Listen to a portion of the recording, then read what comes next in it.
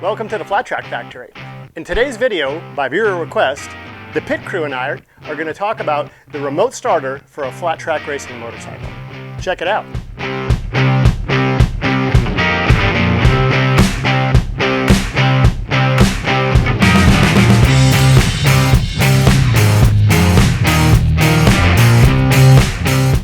For those new to the channel or new to flat track, this is called a framer.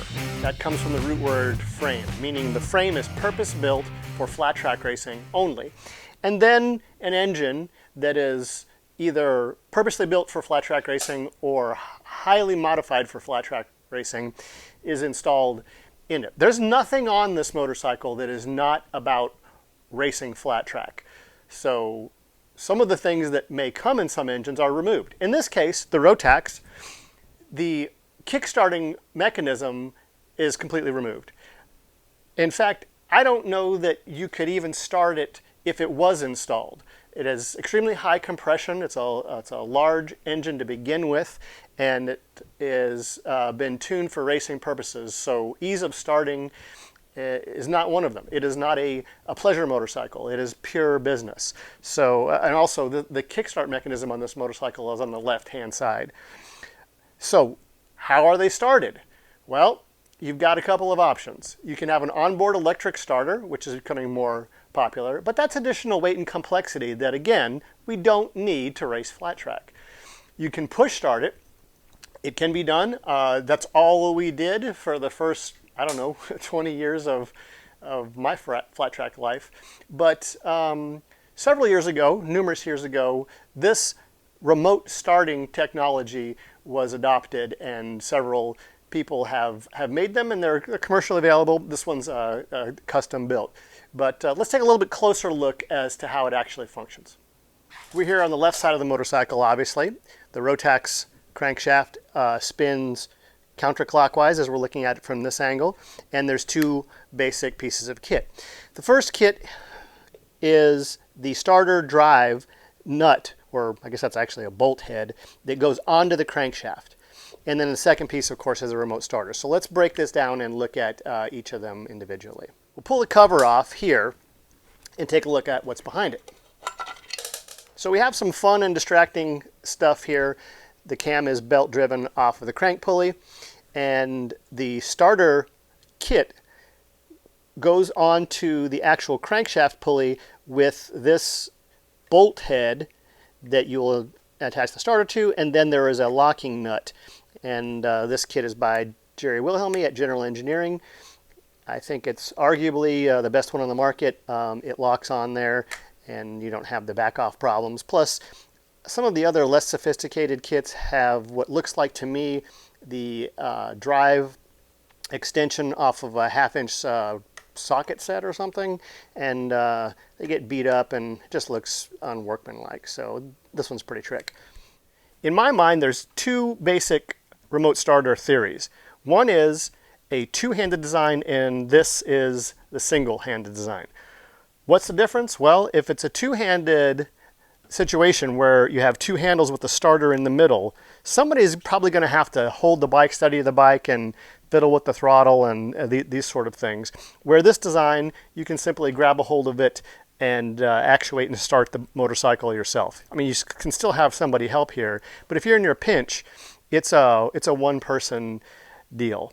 The two-person starters that I see seem to come in two versions. One is a cart with the battery on it to wheel it around, a long set of cables, and then just a starter motor on a jig with a drive assembly.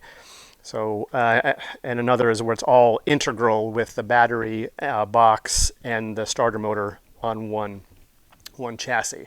So those are the three designs. I've used them all, and I think this is definitely the cleanest. It's the cleanest thing to transport, easiest thing to use by yourself, and if you have help, they can still use it. So let's take a tour of this. There are semi-commercially available ones. You can find them from people that make them. This one was modeled after my buddy Shane Fox's prototype.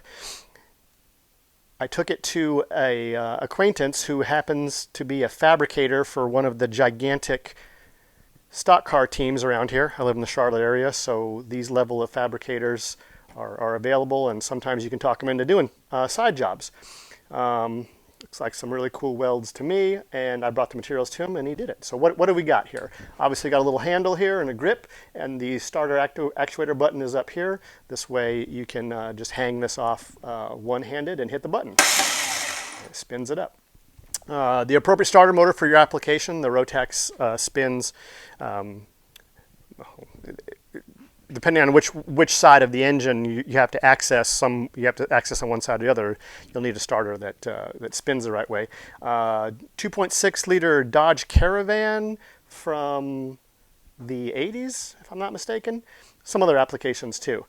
So that's that. Odyssey battery. It's an absorbed glass mat technology. It's nice, nice, powerful. Holds a charge for basically ever. Been pretty reliable for those of us that have used it. Proper branding, always important to have the branding. And that's really about all there is to it on the back side. On the front side, I then took it to a machinist who machined a flat in the drive drive shaft out of the starter, milled a little flat spot in it to run in a set screw to hold this drive extension bar. And then it's a step down here, and I had him make a gimbal for me so you don't have to have the starter plumb with the motorcycle. There can be some wiggle. That's super important to get the thing on and so it doesn't get in a bind. Tweak your wrist. So we just drilled a hole in the socket, put a dowel through it, and it gimbals a little bit. It's really the only thing fancy about it. Yeah. There's the modern kit that we use to start a traditional flat track racing motorcycle.